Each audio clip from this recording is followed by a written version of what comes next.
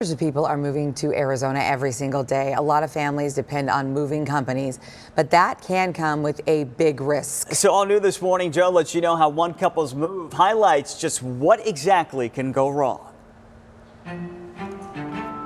This is our mattress right here. A life of luxury, it is not. With a chandelier above you. Oh, I mean, this is your dining room. Yes. Sleeping where you normally eat. These are the few plates we bought. Eating on the few dishes Kim McKellar and her husband have right now. All the rest, they say, is being held by their mover. Every week we kept thinking, well, this can't go on. It's been more than a month, and what happened shows how the new way of moving in state doesn't protect anyone. There was no inventory of what's being moved, no binding estimate with the final price written down. Instead, there's an hourly rate, a guess on how long it's going to take, and if that changes, both sides are blaming each other. Kim hired Light Brothers Moving to take belongings from Maricopa to Tempe. She says she was upfront about everything being moved. The estimate was based on her 3 bedrooms.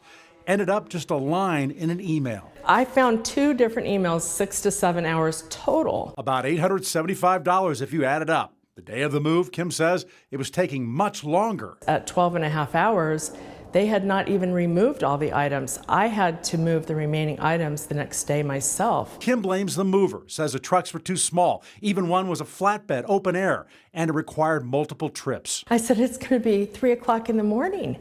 We have to go to sleep. Yeah. That estimated $875 was now $1,315.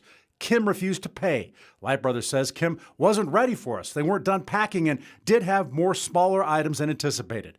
Meanwhile, storage costs grew, the price changed. It was like, let's make a deal, every day. Kim says after weeks with her own costs, she tells the mover, you need to deliver at no charge, and she calls police. The sergeant came out and kind of tried to broker a deal. It didn't happen, but it should have. And Arizona law says a household goods mover may not refuse to deliver or unload a consumer's household goods. Law enforcement can take possession and payment is worked out later.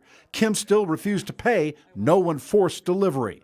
Light Brothers says they tried repeatedly to deliver and would have without demanding payment up front. But Kim points to an early text. The mover saying, I'm done talking unless you're willing to pay and have us unload. Movers did finally deliver about 6 weeks later. Kim didn't pay, and Light Brothers says they likely won't fight it. They say we could have done an in-person estimate and should have, and they apologize for any stress caused. If you move, demand a total price estimate and an inventory of everything being moved. It's the only way either side can protect themselves in case there's a problem later.